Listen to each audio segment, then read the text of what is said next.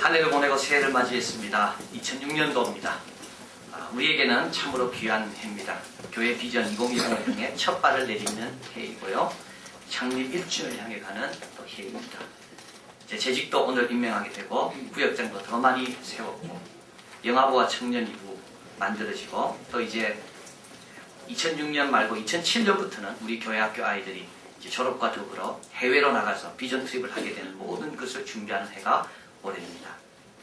그런데 이런 복되고 희망찬 해를 맞이하는데 주님께서는 우리에게 예언자의 음성을 듣게 하십니다.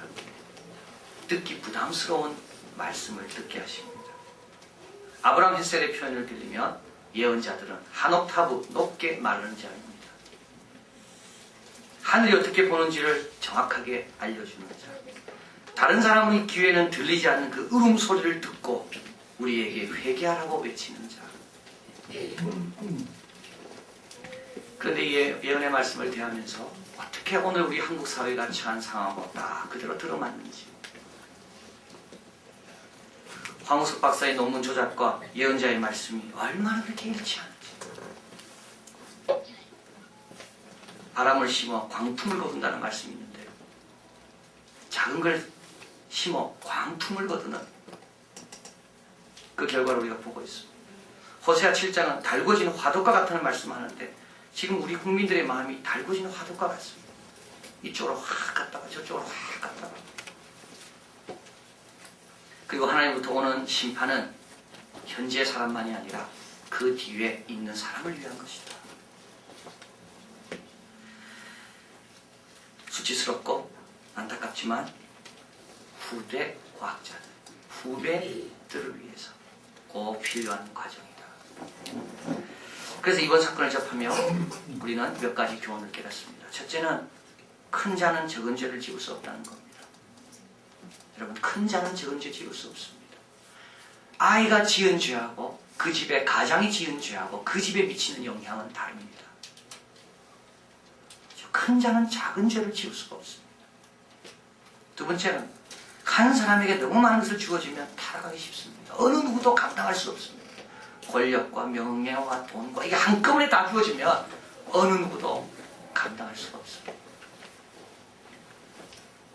그리고 의에 기초하지 않으면 모래 위에 집을 짓는 것 같다. 호세아 10장 7절에도 사마리아 왕은 무리의 거품같이 멸망할 것이다. 8절에 죄된 야웬의 산당은 폐괴되어 가시와 찔레가 날 것이다. 그때 저희가 산들을 우리 위에 가리우라 할 것이요 작은 산들을 우리 위에 무너지라 하리라. 수치를 가리기 위해 숨기 위한 말입니다. 그래서 필요한 자가 누구겠습니까? 예언자입니다. 하나님께서는 그래서 예언자를 우리에게 보내십니다. 우리의 균형을 잡도록, 의에 기초할 수 있도록, 그리고 죄를 짓지 않도록 끊임없이 외쳐주는 자의 목소리, 그것이 바로 예언자들입니다. 사도행전 20장에 사도 바울이 이렇게 말합니다. 내가 꺼리끼지 않고 하나님의 뜻을 다 너희에게 전하여 주었다. 우리는 2006년 호세아 10장 12절의 말씀, 오늘 읽은 말씀입니다. 지금 이곳 여호와를 찾을 때니 너희 묵은 땅을 기경하라. 이렇게 했죠. 그 다음에 여기에 마침내 여호와께서 임하사 을을 빛처럼 너희에게 내리시리라. 이 말씀을 붙들고 우리가 출발하려고 합니다. 마침내 여호와께서 임하사 을을 빛처럼 내리시리라. 의의 나라, 의의 가정, 의의 교회, 의의 생수가 흘러서 의의 나무가 자라는 그 아름다운 형상. 그런데 오늘 본문에서 그 아름다운 의의 빛을 경험하기 위해서는 몇 가지 조건을 갖추라라고 말씀합니다. 하나님은 을을 빛처럼 쏟으시는데 아무데나 그렇게 쏟지 않는다는 겁니다. 묵은 땅, 기경되지 않는 땅에는 의가 빛처럼 쏟아지지 않습니다. 황폐한 마음에는 의를 빛처럼 주지 않습니다. 그래서 오늘 본문에서 이번 1년 동안 우리 가정, 우리 교회, 우리 직장, 우리 나라 하나님의 의가 빛처럼 쏟아지는, 빛처럼 쏟아붓는 그걸 경험하기 위해서 호세아는 세 가지를 기억하라 말씀합니다. 첫째는 의를 심으라. 두 번째는 여호와를 찾아라. 세 번째는 그리고 이 일을 미루지 말라. 첫째를 보면요, 을을 심으라 말씀하죠. 오늘 본문에 보면 자기를 위하여 을을 심고 긍휼을 거두라는 말씀이 있습니다. 여기서 을하는 말은 뭐겠습니까? 이건 다른 행실입니다. 십계명의 두 번째 돌판을 말합니다. 간음하지 않고 도둑질하지 않고 거짓 증거하지 않고. 그런데 이 두 번째 돌판에 있는 것은 다른 말로 하면 하나님의 기준을 말합니다. 을하는 것은 하나님의 기준을 말합니다. 을을 심으라는 말은 하나님의 기준으로 살아가라는 겁니다. 세상의 기준이 아니라 내 기준이 아니라 하나님이 정해놓은 그 기준으로 살아가라는 겁니다. 그런데 이렇게 살기가 어렵습니다. 왜 어렵겠습니까? 하나님의 기준 맞추는 게 어렵습니다. 그리고 이렇게 맞추어 살아간다고 해서 내한테 뭐 생기는 게 별로 없다는 생각을 우리가 많이 합니다. 의롭게 사는 자만 손해보는 거죠. 의롭게 사는 자만 늦게 가는 거죠. 주위에 있는 사람들은 다 불의를 행하면서 잘 생하는데 정직한 길로 가는 사람만이 어떻게 보면 손해보는 사회가 오늘 우리 사회입니다. 그래서 오늘 하나님께서 우리에게 을을 어떻게 하라고요? 심으라. 을을 뿌리라는 겁니다. 씨를 뿌리는 사람은 어떻게 이 씨가 어떻게 될지 모르고 그냥 뿌리는 겁니다. 그래서 오늘 본문에 보면 씨를 뿌릴 때 어떻게 한다고요? 긍휼을 거둔다 되어 있습니다. 여러분 을을 뿌렸는데 왜 긍휼을 거둡니까? 을을 거둬야지. 여기서 을을 뿌리는 사람이 긍휼을 거둔다는 말은 하나님이 책임지신다는 말입니다. 내가 을을 행하지만 이 행한 결과는 내가 책임지는 게 아니라 하나님이 책임지신다. 여기서 이 긍휼은 하나님의 신실함을 말합니다. 그래서 우리는 을을 뿌릴 때마다, 을을 행할 때마다 이것이 어떻게 될 건가, 그거는 우리가 염려할 일이 아닙니다. 그걸 염려할 분은 우리 하나님이십니다. 농부가 씨를 뿌리지만 그 뿌려진 씨가 어떻게 될지 농부는 잘 모릅니다. 그러나 다 주관하시는 하나님이 보시면서 밭에 소출이 나도록 곡식이 자라게 하는 겁니다. 그래서 을을 행하기 위해서 하나님은 우리에게 을하는 것은 씨 뿌리는 것처럼 행하는 거다. 을하는 것은 어디서 어떻게 열매를 낼지 모르지만 하나님의 기준이 맞기 때문에 그냥 살아가는 것이 의다. 그래서 여기서 말씀하는 거죠. 그래서 하나님께서 뭘 주겠습니까? 을을 뿌린 곳에 을을 비처럼 주시는 겁니다. 우리가 을을 뿌려놓으면 그 의가 잘 자랄 수 있도록 하나님께서 의의 씨가 떨어진 곳에 을을 비처럼 주신다는 겁니다. 어떻게 보면 하나님께 일할 기회를 드리는 겁니다. 의로운 하나님께서 당신의 기준대로 당신의 뜻대로 이 땅의 역사가 변화할 수 있도록 하나님이 역사할 수 있는 기회를 우리가 을을 행할 때마다 드리는 거예요.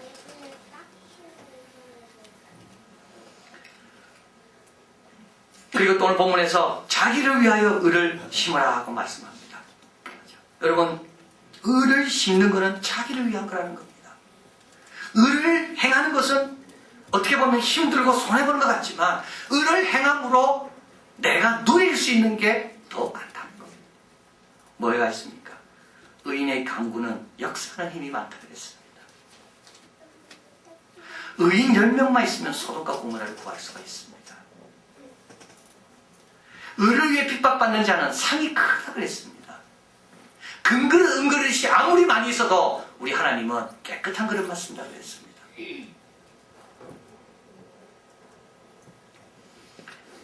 을은 나의 가치를 다르게 만드는 거죠. 을은 주의를 다르게 만들 뿐만 아니라 하나님께 역사할 기회를 드릴 뿐만 아니라 내가 을을 심으면 을을 행하도록 몰아가면 내가 가치 있는 사람이겠다. 그것을 알게 됩니다. 자, 그래서 을을 행할 때마다 꼭 하나 해야 될 게 있습니다. 꼭 우리가 잊지 말아야 될 게 있습니다. 그게 뭐냐면 상상력입니다. 여러분, 상상과 공상은 다릅니다. 공상은 허황됨을 꿈꾸는 겁니다. 상상은 실제 있는데 보이지 않는 것을 보는 게 상상입니다. 믿음의 눈으로 바라보는 것, 상상이죠.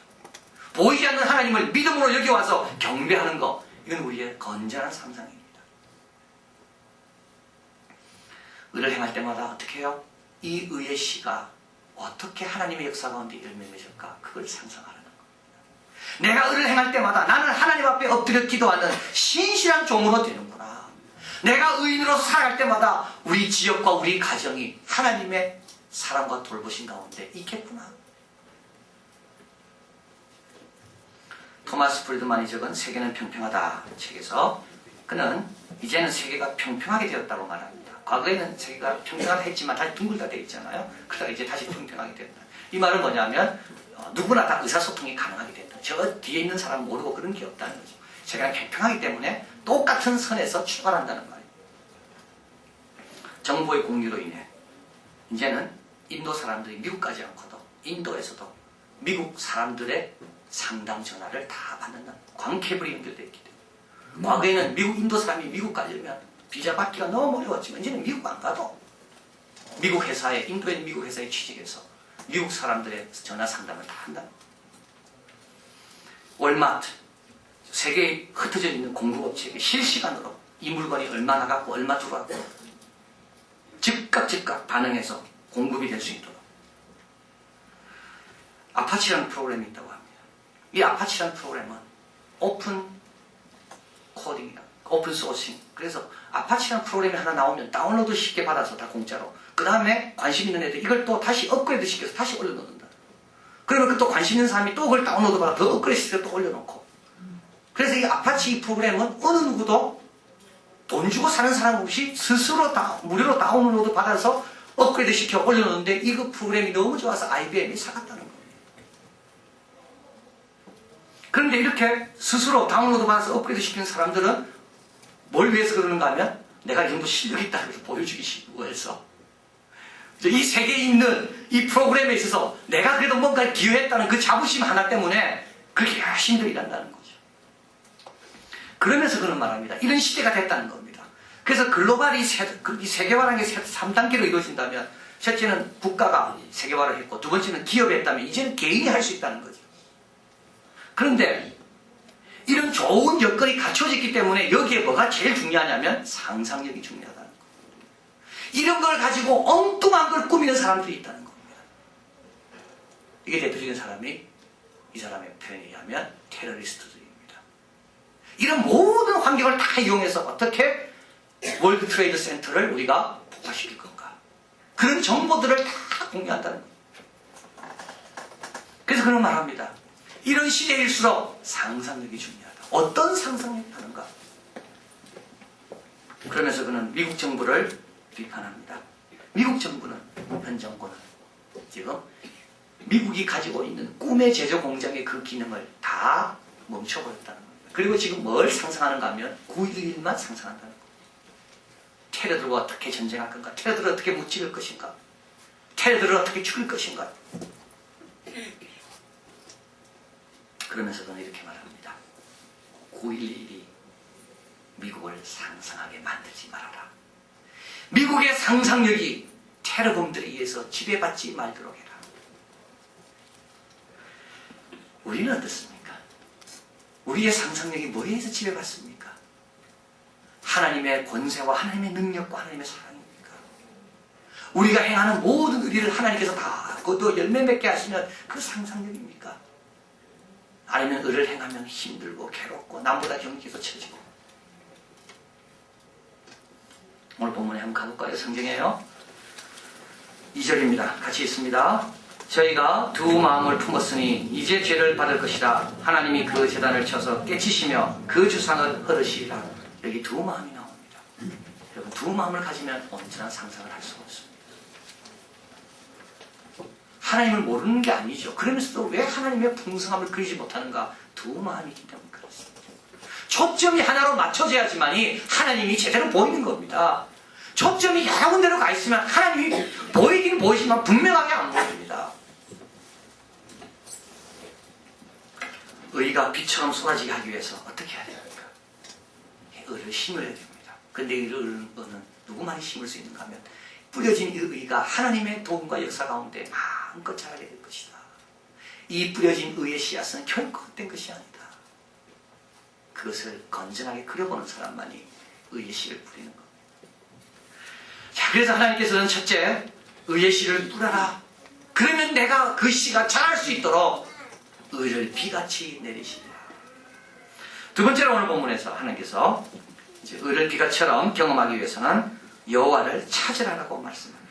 오늘 본문에 가보면 너희가 자기를 위하여 의를 심고 그 다음에 긍휼을 거두라. 지금이 곧 여호와를 찾을 때니. 자, 여호와를 찾으라는 말을 하시죠. 근데 이 말을 들을 때 지금 이스라엘 백성들은 좀 의아했을 겁니다. 왜냐하면 자기들은 여호와를 찾고 있어요. 지금 찾으러 왔거든요. 절기 때마다 여호와를 있는 곳에, 여호와를 있다고 계시는 곳에 와서 예배를 드리고, 그리고 또 두 번째 문제는, 좀 더 깊은 문제는, 여호와는, 하나님은 어디나 계시는데 찾을 필요가 뭐가 있냐는 거예요. 하나님은 어디나 계시는데. 그런데 여호와를 찾는다는 말이 무슨 뜻인가 하면, 그 다음 9절에 있습니다.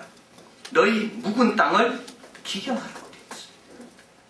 여호와를 찾는다는 것은 뭐겠습니까? 그거는 기경하는 겁니다. 기경이 뭡니까? 기경은 땅을 둘러엎는 거죠. 속에 있던 땅을 밖으로 들춰내고, 밖에 있던 땅을 안으로 넣고, 그래서 마른 땅은 안으로 다시 넣고, 너무 축축하고 습도가 많은 땅은 밖으로 내고, 그 땅을 둘러엎는 게 기경입니다. 근데 여호와를 찾는 게 뭡니까? 구석구석마다 여호와의 빛이 들어가도록 하는 것. 다시 말하면 여호와를 내 안에서 찾는 것. 여호와는 다 계시지만 안 계시는 곳이 있습니다. 내 안에 없습니다. 여호와는 다 계시지만 내 생각에는 없습니다. 기경은 뭡니까? 감춰졌던, 어두웠던 내 생각을 하나님 쪽으로 뒤집어 놓는 겁니다. 그래서 우리는 여호와를 찾을 때 어떻게 찾으라고요? 내 안에서 찾으라는 거죠. 내 안에 여호와가 계시는가? 내 계획 가운데, 내 꿈 가운데, 내 경영 가운데, 내 사업 가운데 여호와가 계시는가? 두 번째로 여호와를 찾으라는 말은 여호와를 알라는 말입니다. 그것도 마찬가지입니다. 기경한다는 말과, 기경한다는 말은 뭡니까? 또 땅을 부드럽게 하는 겁니다. 땅을 부드럽게 한다는 건 뭐겠습니까? 늘 땅이 촉촉하고 새로워지도록 하는 겁니다. 하나님에 대한 지식을 새롭게 하는 겁니다. 어제 알았던 지식은 하루 지나면 마릅니다. 오늘 또 새 지식을 얻어야지만이 내 땅이 계속 부드러운 상태로 있습니다. 그래서 여호와를 찾으라는 말은 내 안에 여호와를 찾으란 말이고, 내가 알고 있는 하나님 그 안에서 내가 몰랐던 하나님의 영역을 찾으라는 겁니다.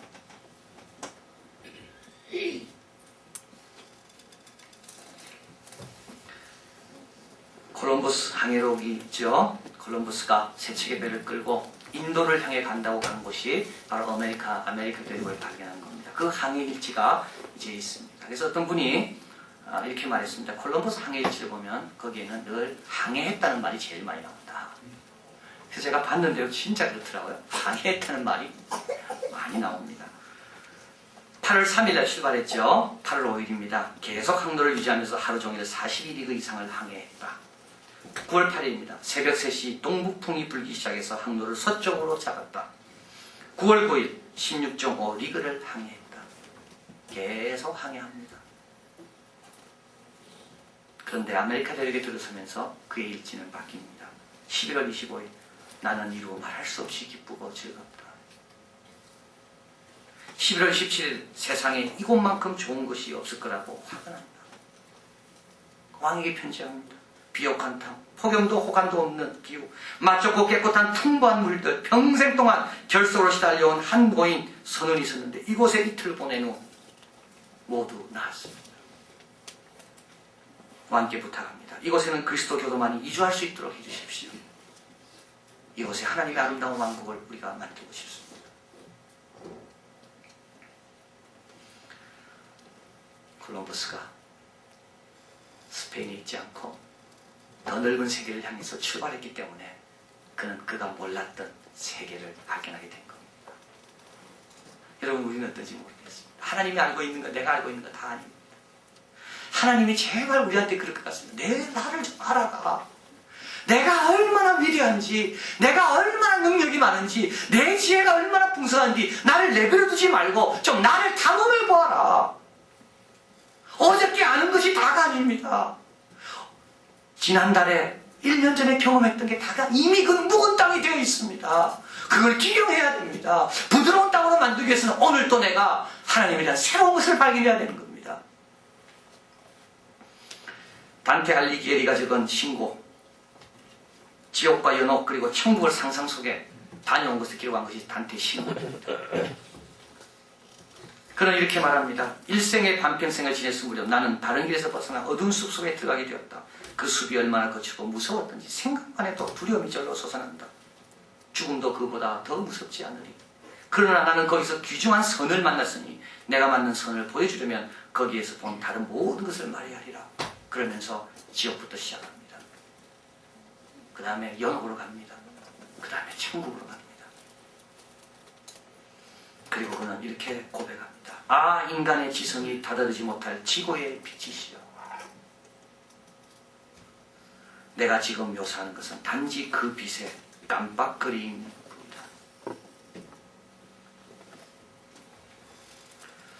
하나님은 힘써 알아야만 알 수 있습니다. 하나님을 알기 위해 우리의 노력과 시간을 들여야만 됩니다.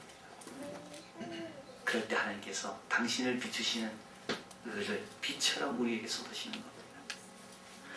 여러분 부탁합니다. 2006년 더 많은 하나님의 모습들을 발견하게 되시길 바랍니다. 지금 만족하지 마시고. 자, 그리고 오늘 본문에서 마지막으로 이렇게 또 말씀하죠. 우리 한 번 더 본문이 있습니다. 너희가 자기를 위하여 을을 심고 긍휼을 거두라. 지금이 곧 여호와를 찾을 때니 너희 묵은 땅을 비경하라. 마침내 여호와께서 임하사 을을 빛처럼 너희에게 내리시리라. 여기서 강조하는 세 번째는 뭡니까? 지금입니다. 지금 여호와를 찾아라. 지금 기경해라. 지금 을을 뿌려라. 여기서 말하는 지금은 언제입니까? 어떤 상황입니까? 지금 죄 가운데 있는 상황입니다. 비록 내가 죄 가운데 있다 할지라도 늦지 않았으니까 지금 뿌려라. 죄 짓는 이스라엘 백성들을 향해 하나님께서 다시 한번 기회를 주십니다. 지금이 기회다. 또 한 가지 지금은 언제입니까? 이것을 깨닫는 때입니다. 깨닫는 자는, 의가 얼마나 귀한지를 깨닫는 자는, 내 하나님에 대한 지식이 달라지는 것을 깨닫는 그 자는 지금부터 시작하라는 겁니다.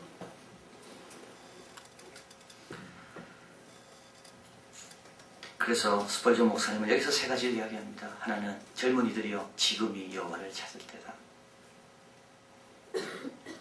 두 번째, 노인들이여 지금이 여호와를 찾을 때다. 역경 가운데 있는 이들이여 지금이 여호와를 찾을 때다. 여러분, 요나서 1장을 어저께 토요일날 새벽에 말씀 나눴습니다. 거기에 보면 이런 이야기가 나오죠. 요나가 다시스로 가라, 니느웨로 가라 했는데 다시스로 갑니다. 그러다가 그 배가 풍랑을 만나서 쪼개지게 되었습니다. 제비를 뽑아 요나가 걸리죠. 그때 사람들이 요나를 곧장 바다로 던져버립니다. 그 순간 곧 풍랑이 그친지라. 내가 회개하면 가족이 삽니다. 이 배가 사는 겁니다. 내가 회개하면 나도 삽니다. 회개하지 않으면 다 같이 죽는데 요나는 하나님이 예비하신 큰 물고기가 요나를 삼켜서 3일 동안 온전히 만들어서 다시 내놓는 것을 보게 됩니다. 이재철 목사님의 설교집에 읽은 내용입니다. 한 여집사님이 남편의 임종을 지켜보면서 마지막으로 나눈 남편과의 대화, 그 깨달음을 편지로 보냈는데 그것을 회복의 신앙이라는 책에서 이재철 목사님이 소개하고 있습니다. 응급실에 누워있는 남편을 바라보면서 나는 이 순간 내가 그를 위해 할 수 있는 최선의 사랑이 무엇인지 생각하고 있었다. 우리에게 남아있는 이 마지막 시간, 내가 그에게 줄 수 있는 사랑이 무엇일까? 3년이라는 투병 생활, 그 기도와 애원, 그나 모든 것을 주님의 뜻에 순명하여 수용할 수밖에 없었다는 결론에 이르고서야 나는 비로소 그를 위해 할 수 있는 최선의 사랑이 무엇인지를 비로소야 생각하게 된 미련한 그리스도인이요 아니었다. 나는 문득 자신에게 물었다. 아니 왜 진작 이런 생각을 못했을까? 왜 남편을 위해 최선의 사랑을 다하는 마음으로 살아오지 못했을까? 부질없는 삶의 외적 조건들만 성취하느라 눈에 보이는 신앙의 껍질들만 가꾸느라고 주께서 우리에게 보이신 사랑의 본질을 실천하지 못했다. 남편을 떠나보내야 하는 이 순간 나는 하나님께서 더 이상 내게 오해받고 싶지 않다는 묘한 생각이 사로잡혔다. 하나님까지도 수단으로 밖에 생각하지 않는 기복적인 신앙에만 사로잡힌 내게 하나님은 더 이상 오해받고 싶지 않으신 것이다. 우리는 말없이 대화를 나눴다. 나는 하나님의 임재를 느꼈고 우리 눈에 눈물이 흘러내려 그러나 눈물 속에 우리 결혼의 가장 아름다운 시간들이 엮여 있었다. 남편이 마지막으로 말했다. 우리 아이는 멋있게 살 거야. 내가 대답했다. 천국은 아름다울 거예요. 평소의 대화처럼 동문서답이었지만 우리의 중심에는 사랑하는 사람을 위한 소망만이 넘치고 있었다. 그는 가야만 했다.